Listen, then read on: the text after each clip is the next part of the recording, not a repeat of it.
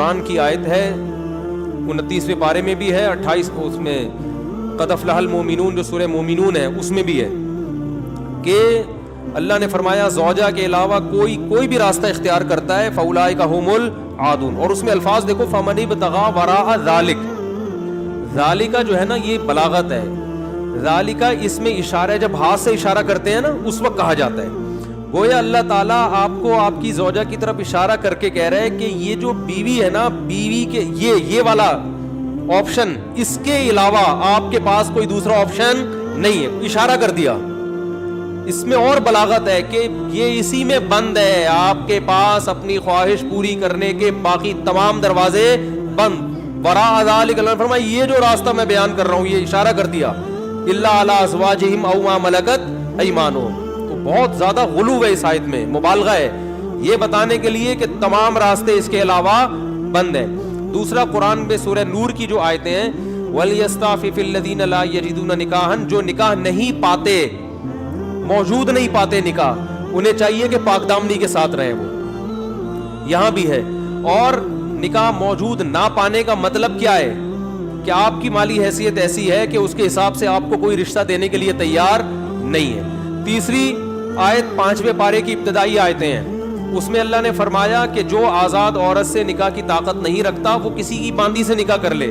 تو اب باندیاں تو نہیں ہے, مطلب قرآن کا حاصل یہ ہے کہ اپنا معیار نکاح میں گرا دے, نقصان کرے اپنا, کوئی بات نہیں ہے, لیکن پھر بھی دوسرے راستے ان کو اختیار نہیں کر سکتا. تو اس لیے اگر آپ کے پاس پیسے نہیں ہیں, کوئی نکاح کے لیے تیار نہیں ہے, اپنا معیار آپ گرائیں. آپ کو دوسرے راستوں, ہینڈ پریکٹس اور اس جیسے بے حیائی کی آپ کو اجازت, نہ زنا کی طرف نہ کسی اور راستے کی طرف جانے کی اجازت ہے.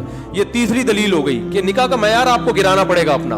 اور رہا یہ مسئلہ کہ یہ کیسے ہو سکتا ہے, میرا تو اسٹینڈرڈ ہے, تو بھائی دنیا کو مسافر خانہ سمجھو, تو اسٹینڈرڈ گیا تیل لینے, ٹھیک ہے نا, اچھے سے اچھے کی تلاش کریں لیکن برائی سے تو اچھا ہے نا. حضرت عبداللہ بن عباس رضی اللہ عنہ سے روایت ہے کہ ایک شخص آیا, اس نے کہا کہ میں ہاتھ سے اپنے آپ خواہش پوری کرتا ہوں, ایک روایت ہے. تو حضرت عبداللہ بن عباس نے نفرت سے منہ پھیر لیا اور فرمایا کہ تو باندھی رکھ لیتا, یہ تیرے لیے زیادہ بہتر. تو یہ تیسری دلیل ہو گئی. چوتھی دلیل صحیح حدیث ہے حضرت عثمان بن مظعون رضی اللہ تعالی عنہ کی. وہ فرماتے ہیں ہم سفر میں ہوتے تھے, بیوی سے دوری ہم پہ بہت شاق گزرتی تھی, ظاہر زنا میں پڑنے کا خطرہ تھا. تو ہم نے نبی سے اجازت لی کہ ہم اپنے آپ کو خسی کر دیں, اپنی جو خواہش ہے وہ کیا کر دیں, ختم. کوئی ایسی دوا کھائیں, کچھ بھی کر لیں, آج کل آپریشن بھی ہوتا ہے. تو لو اجازنا لاختصینا, حدیث کے الفاظ ہے, اتنی ٹینشن میں تھے ہم کہ اگر نبی ہمیں اجازت دیتے تو ہم اپنے آپ کو خسی کر لیتے, لیکن نبی نے اس کی پرمیشن نہیں دی. اب دیکھو صحابی رسول اتنی شدید ٹینشن میں بھی اس کا حل یہ نہیں تلاش کر رہے کہ ہاتھ سے اپنے آپ کو مطمئن کر لیں, اتنی شدید ٹینشن میں بھی. اگر اس کی اسلام میں ذرہ برابر بھی گنجائش ہوتی تو ذرا سا تو اشارہ ملتا نا, صحابہ کر لیتے یا ان کو اشارہ دے دیا جاتا کہ بھائی اپنے آپ کو خسی کرنے پر آ گئے ہو, اپنی اللہ کی تخلیق کو تبدیل کر رہے ہو, تو اس سے بہتر ہے کہ تم اپنی تسکین کر لو اس طریقے سے. اس کی پرمیشن کا کہیں تذکرہ نہیں ملتا. اس کا مطلب ہے کہ اس نبی نے وہاں کیا فرمایا صحابی کو, نہانا عن التبتل, نبی نے فرمایا نکاح سے دور بھاگنے سے منع کیا. تو فرمایا نا نا نا نا نا تزوج الودود الولود, فرمایا یہ اللہ نے خواہش اس لیے رکھی ہے کہ تم نکاح کی طرف کیا ہو جاؤ, مجبور ہو جاؤ. یہ کتنے دلائل ہو گئے, بولو نا بھائی, 4 دلائل ہو گئے. اور بھی بہت کچھ ہے اس پہ بولنے کے لیے, میں مختصر بات سمیٹ رہا ہوں. اصل میں لوگ جو یہ کہتے ہیں نا کہ یار ہم مجبور ہیں تو کیا کریں ہم, یہ تو خواہش اتنی جب مسلط ہو جاتی ہے ہمارے اوپر, یہ تو اس سے جسم کو بھی نقصان ہوتا ہے, مینٹلی بھی آدمی ڈسٹرب ہوتا ہے. تو یاد رکھو یہ اللہ نے آپ پر اتنی زبردست خواہش اس لیے مسلط کی ہے تاکہ آپ نہ چاہتے ہوئے بھی شادی پر مجبور ہو جائیں. اور شادی میں فطرت آپ کے دلائل ماننے کے لیے تیار نہیں ہے. یہ جو آتے ہیں میرے پاس پیسے نہیں ہے تو ایکچولی ابھی ایجوکیشن, ایکچولی ابھی یہ, فطرت اس چیز سے متاثر نہیں ہے. فطرت کہتی ہے آپ کے دلائل کیا ہیں, غلط ہیں. اگر یہ اللہ مسلط نہ کرتے نا مردوں پہ یہ شہوت, تو میرا خیال ہے کوئی 70 سال میں جا کے بھی لوگ شادی نہ کرتے.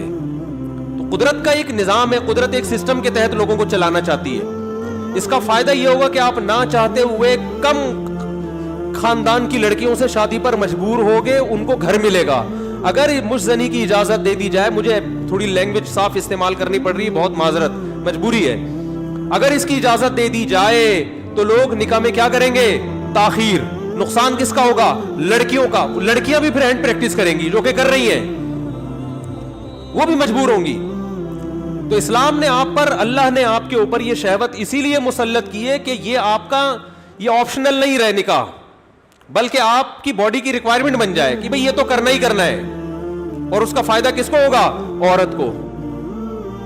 بات آ رہی ہے سمجھ میں؟ اس کا گھر بسے گا.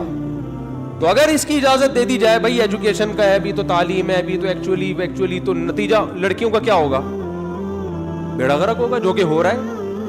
آپ کہہ سکتے ہیں وہ بھی تعلیم حاصل کرے، ہم بھی حاصل کریں، تو بات یہ کتنی تعلیم حاصل کر لیں گی؟ اور اگر کر بھی لیں گی تو فطرت کا کوئی آلٹرنیٹ نہیں ہوتا، نیچر کا متبادل نہیں ہے. جو چیز آپ کی باڈی کی ریکوائرمنٹ ہے اس کو بہرحال پورا کرنا ہے. دیکھو اگر آپ کے پاس ایجوکیشن کی وجہ سے کھانے کا ٹائم نہیں ہے، آپ مصروف ہیں جس کی وجہ سے کھانے کا ٹائم نہیں ہے، تو کیا پیٹ آپ کو بھوک لگانا چھوڑ دے گا؟ ہے بھائی؟ یا کوئی ڈاکٹر یہ فتویٰ دے دے گا کہ چونکہ آپ کے پاس کھانے کا ٹائم نہیں ہے لہذا آپ اگر نہیں بھی کھائیں گے تو صحت کو نقصان نہیں ہوگا؟ کوئی بھی سمجھدار ڈاکٹر ہوگا وہ کہے گا بھائی آپ کے پاس ٹائم ہو یا نہ ہو آپ کے باپ کو بھی کھانا پڑے گا، کھانا پڑے گا آپ، ورنہ باڈی کا نقصان ہوگا. تو یاد رکھو جس طرح روٹی ضروری ہے مرد کے لیے اسی طرح عورت، اور عورت کے لیے اسی طرح مرد ضروری، باڈی کی ریکوائرمنٹ ہے. تو اسلام چونکہ نیچر کے خلاف نہیں چلاتا آپ کو، اس لیے اسلام نے تمام راستے بند کر دیے خواہش پوری کرنے کے، کیونکہ وہ سارے ان میں سے کوئی بھی نیچرل نہیں ہے. صرف ایک ہی نیچرل ہے کہ مرد کا کانٹیکٹ عورت سے اور عورت کا مرد سے، اس کے علاوہ کوئی نیچرل نہیں. ہاں ایک آخر میں بات ضرور کہوں گا. ڈاکٹر ذاکر نائک صاحب اللہ ان کی عمر میں برکت دے، انہوں نے یہ کہا ہے کہ زنا سے بچنے کے لیے اگر کوئی یہ عمل کرتا ہے تو شاید مستحب ہو. تو یہ بھی ایک اصول یاد رکھیں، بڑی برائی سے بچنے کے لیے اگر کوئی چھوٹی برائی کرتا ہے تو ہم یہ تو کہیں گے کہ یار چلو بڑی سے بچ گیا، لیکن اس چھوٹی کو بھی برائی ہی کہا جائے گا. کوئی اگر ہیروئن کا عادی ہے، ہم اسے ہیروئن چھڑوانے کے لیے چرس پہ لے آتے ہیں کہ یار چلو اس سے تو بچے گا نا، اب ایک دم تو نہیں چھوڑ سکتا. تو یہ اس عمل کی یوں تو تعریف کی جائے گی کہ یار چلو اس برائی سے بچ گیا، لیکن اس کی بیس پہ چرس کو آپ یہ کہہ دیں شروع کر دیں کہ چرس جائز ہے یا وہ بھی کوئی افضل چیز ہے، اس کی پھر بھی اجازت نہیں ہوگی. تو اصل راستہ یہی ہے کہ کسی کو زنا کا خطرہ ہے بھاگے وہاں سے بس، اور وہ کس کی طرف لپکے؟ نکاح کی طرف لپکے، معیار اپنا گرائے. اور پھر بھی نکاح نہیں ہوتا تو روزے رکھے کثرت سے تاکہ جسمانی قوت ٹوٹے. اور آخری بات یہ کہ یہ جو عمل ہے ہینڈ پریکٹس کا، یہ زنا سے انسان کو بچاتا بھی نہیں ہے. یہ بھی 100% غلط ہے کہ اس کے کرنے سے آدمی زنا سے بچ جاتا ہے، کیونکہ اس میں آدمی کی ڈیزائر پوری طرح پوری نہیں ہوتی، اس کی ٹھڑک بڑھتی ہے، کم نہیں ہوتی. اگر کوئی زنا یہ کام کر بھی لے نا پھر بھی زنا کی طرف لپکے، بلکہ اور زیادہ لپکے گا، کیونکہ یہ خواہش نفس ایسی چیز ہے کہ یہ پوری کرنے سے بڑھتی ہے.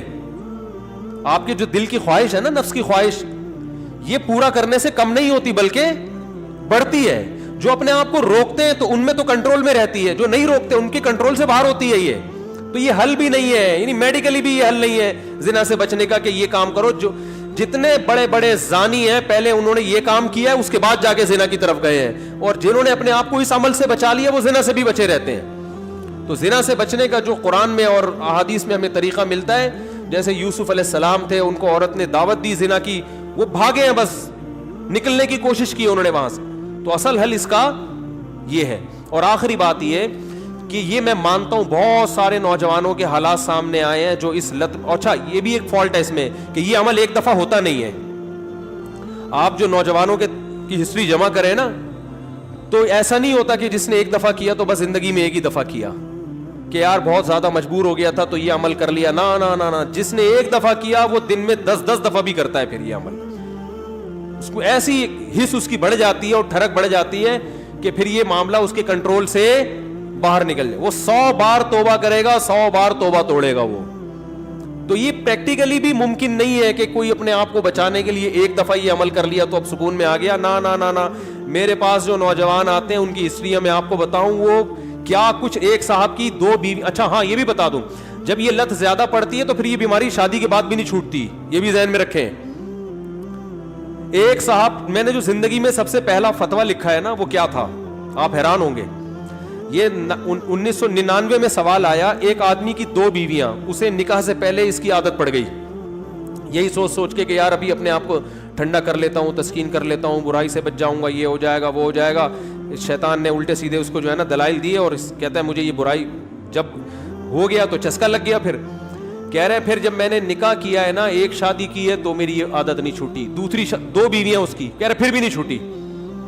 تو کہہ رہے میں اتنا غصے میں آ جاتا تھا کہ یار میری بیویاں بھی ہیں پھر بھی مجھے ان کو تسکین اس میں ہوتی ہے. پھر بالکل ایسے ہے جیسے لوط علیہ السلام کی قوم کو جب لڑکوں کی عادت پڑ گئی تو اب ان کو عورت سے تسکین بولتے کیوں نہیں ہو رہی. تو یہ ہینڈ پریکٹس کا ایک یہ بھی بڑا نقصان ہے کہ جب اس کی لت پڑ جاتی ہے تو شادی کے بعد بھی یہ عادت نہیں چھوٹتی. تو وہ کہہ رہا ہے میری 2 بیویاں تھیں, 1999 کی بات کر رہا ہوں میں, اس نے سوال بھیجا.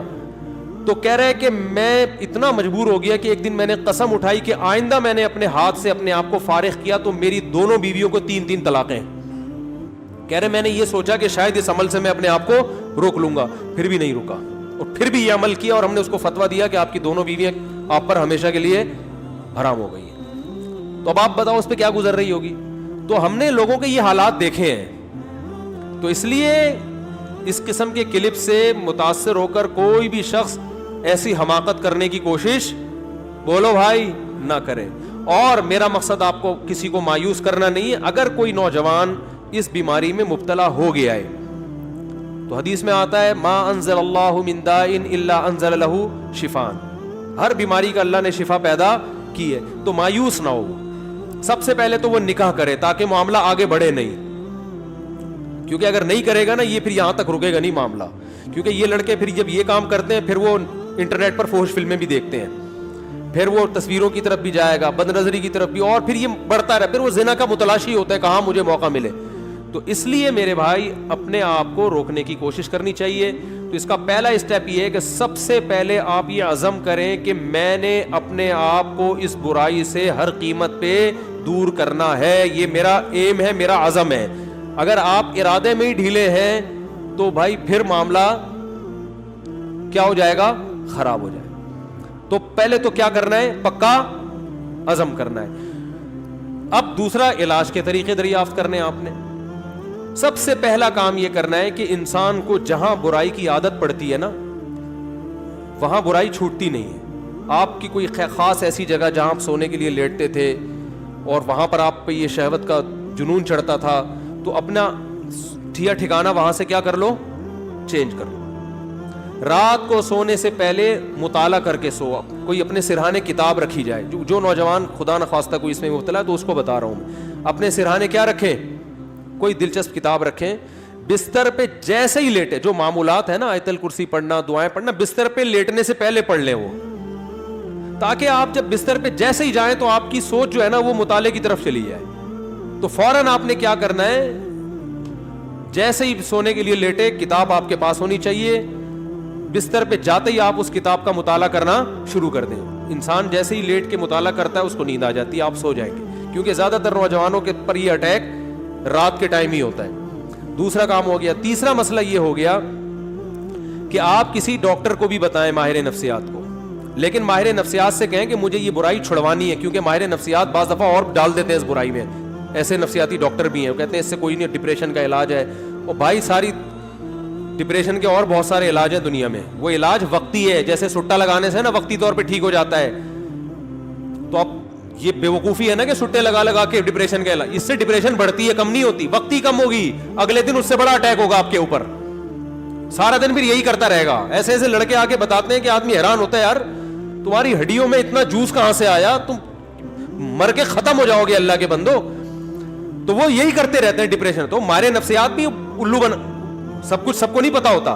تو ماہر نفسیات سے بولیں کہ مجھے یہ برائی چھڑوانی ہے ایسی کی تیسی. آپ کی باقی افلاطونیاں بکراتیاں اپنے پاس رکھو, آپ یہ برائی مجھے کیا کرنی ہے.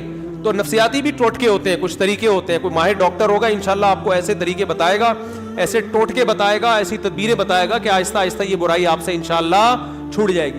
اور ایک اور کام, دعا بھی مانگنی ہے. کسی شیخ سے اصلاحی تعلق بھی قائم کرو, ان کو بھی بتاؤ اپنی بیماری.